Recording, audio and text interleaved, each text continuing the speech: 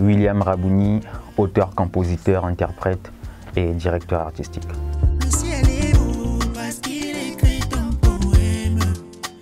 Et déjà, je suis né dans une famille de musiciens. Il y avait des instruments à la maison, maman était à la chorale.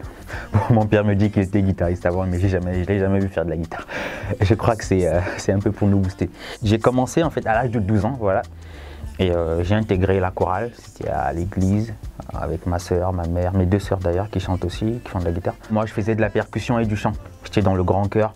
Et au fil des années, j'ai commencé à leader certains chants et tout ça.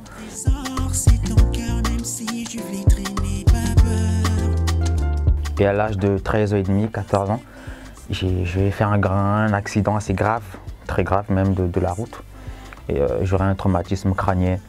Donc je suis dans un état comateux, je parle plus, il y a du sang qui sort partout. Et j'ai la tête qui gonfle comme ça.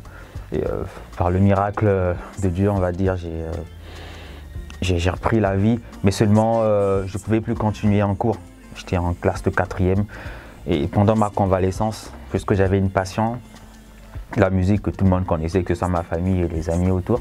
Et mon père a eu l'ingénieuse idée de m'inscrire dans une école de musique. Et c'est vraiment là que j'ai commencé à faire du chant et de la voix. Après, quelques mois après, à l'Institut français de Pointe-Noire, j'ai enchaîné des scènes. Je me suis formé en slam jusqu'à devenir coach de slam et un peu de musique. Donc je veux dire que ma carrière vraiment en pro, parce que mon premier concert pro, je veux dire, c'était à l'Institut français de Pointe-Noire. J'avais 14 ans et demi, 15 ans par là.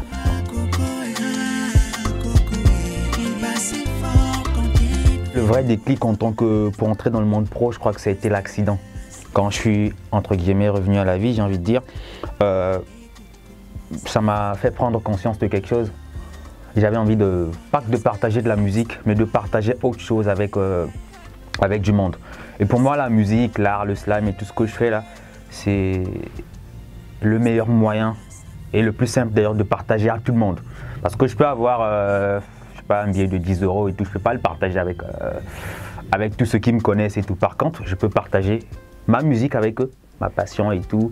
Et pour moi, c'est déjà le meilleur moyen et la meilleure façon de partager à tout le monde. Et si je peux faire passer un message et si je peux égayer, il n'y a pas de souci.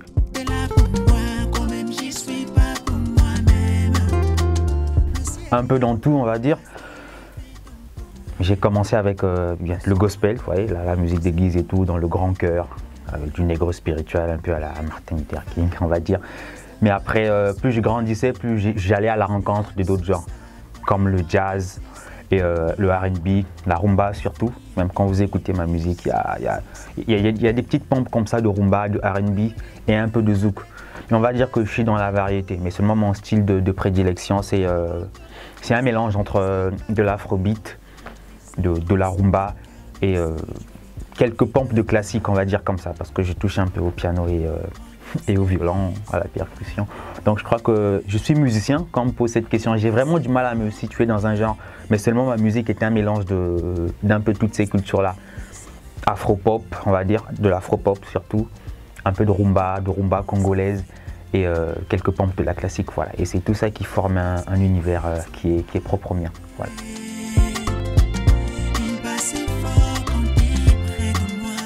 Un album, non, je ne l'ai pas encore. Parce que, bon, je vous raconte une petite histoire, parce que j'aime bien les histoires.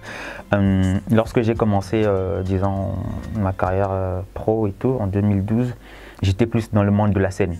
On jouait tous les week-ends et tout, c'était un délire de fou. On avait quelques invitations par là. Et en classe de 3e, j'ai formé mon premier groupe. Ça, c'est juste après l'accident. Et donc, on jouait. Quand je suis arrivé en classe de première, donc période post-bac, on a eu un grand contrat avec une chaîne de télé qu'on appelle Canal Océan Production. On était parti sur un contrat d'album avec le groupe Open Eyes, 2 rappeurs plus un chanteur. Et vraiment, on avait enregistré un album, il y avait même des clips qui passaient à la télé, on avait un petit buzz dans Pointe-Noire, entre guillemets, et même dans Brazzaville. Mais après le bac, j'ai dû partir en Afrique du Sud pour mes études supérieures. Et c'est là que ça a un peu pris du mou.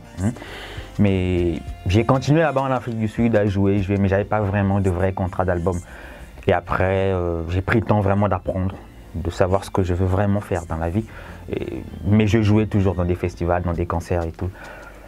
C'est juste après que j'ai compris qu'il fallait que j'ai une bonne discographie, puisque le premier a, entre guillemets, échoué. Donc là, je travaille sur un projet d'EP, je vais enregistrer un EP de 6 titres, plus ou moins. Et juste après, pour finir avec l'album en fin de cette année, Inch'Allah. C'est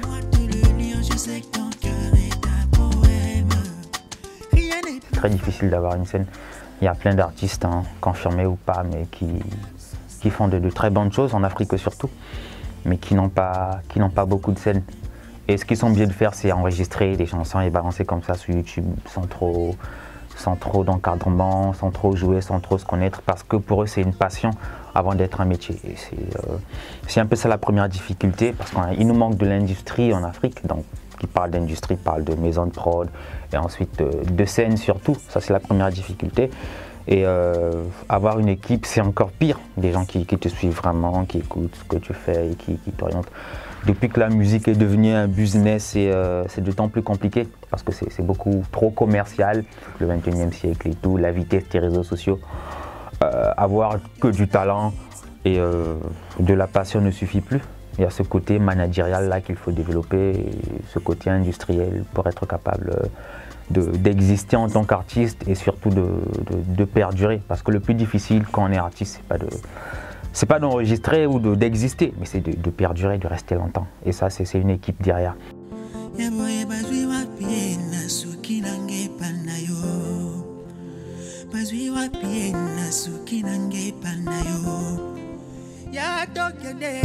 Ça peut toi en Congolais, c'est dit comme jamais, jamais, jamais, jamais. Mon cœur se réveille. Je considère que pour moi, l'artiste, c'est celui qui ressent le besoin de s'exprimer. Celui qui ressent le besoin de s'exprimer. L'artiste, c'est vague, hein, c'est vaste. L'envie d'expression, ça peut passer par du dessin, ça peut passer par les mouvements corporels, par de la danse, ça peut passer par l'écriture des mots, par la voix, par la composition musicale. Donc il faut déjà que cette personne-là arrive avec quelque chose en lui qui le démarque des autres. S'il n'y a pas ce quelque chose-là, et puis que du jour au lendemain, bon, il se dit ouais, moi je veux chanter. C'est pas voilà quoi, je suis pas face à un artiste. Je sens moi-même quand je suis face à un artiste. Je sais que je suis face à un artiste, on le sent tout de suite quoi. C'est dans certains cas, parce que parfois il n'y a pas le côté professionnel qui est là, on ne parle pas réellement la même langue, mais artistiquement, on va se comprendre. Je veux juste me sentir aimé, j'ai un cœur, ne l'oublie pas. Je veux juste me sentir aimé, j'ai un cœur, ne l'oublie pas. Je veux juste me faire accepter, j'ai un cœur, ne l'oublie pas. Yeah, yeah, yeah.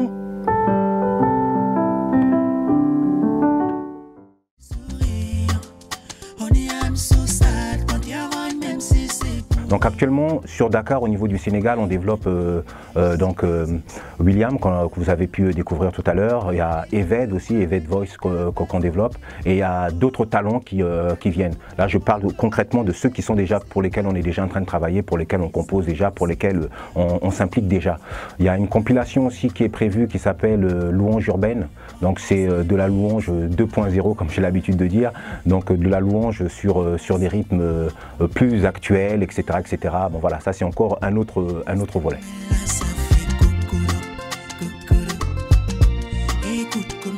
Mes plus grands moments, c'est ceux que je vivrai demain. Chaque moment est grand pour moi. Chaque fois que je partage la musique avec du public, chaque fois que je suis dans un atelier avec des enfants, surtout pour les former en slam, en musique et en écriture, pour moi c'est un grand moment. Mais je me laisse le temps de vivre et de voir ce que la vie va me donner. Après, il y a aussi le projet Francophonie que j'ai organisé tout seul à Cape Town avec pas mal de consuls francophones, tous les consuls francophones à Cape Town à l'époque. Et c'était un projet que j'ai écrit comme ça sur un coin de table et je l'ai proposé au lycée français du Cap. Ils ont validé et donc j'ai chapeauté tout ce projet. Pour moi, c'est un des plus grands accomplissements en tant qu'artiste.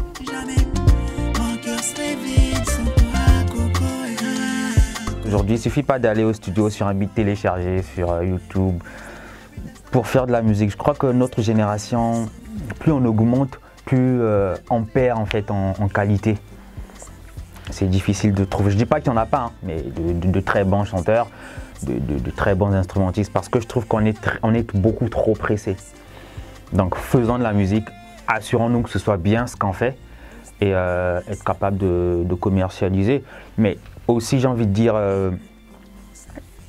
il faut éviter de faire l'art pour l'art. Bon, je ne vais pas donner de leçons, mais pour moi, hein, en tant que personne, en tant qu'artiste, j'ai pas envie de faire de la musique comme art, pour égayer seulement.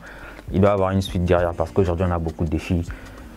Et notre génération n'est pas calibrée pour gérer plusieurs défis à la fois. Et la musique, hormis ce côté ludique là, pour moi, il a un côté utile.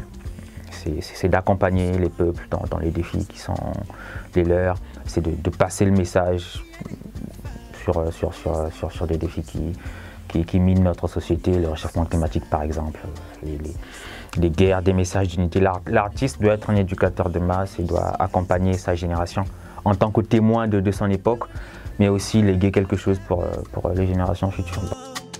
T'as tout pour me rendre heureux, tu sais que c'est pas faux. Ton trésor, c'est ton cœur, même si je flétris, n'aie pas peur. Mon cœur se réveille.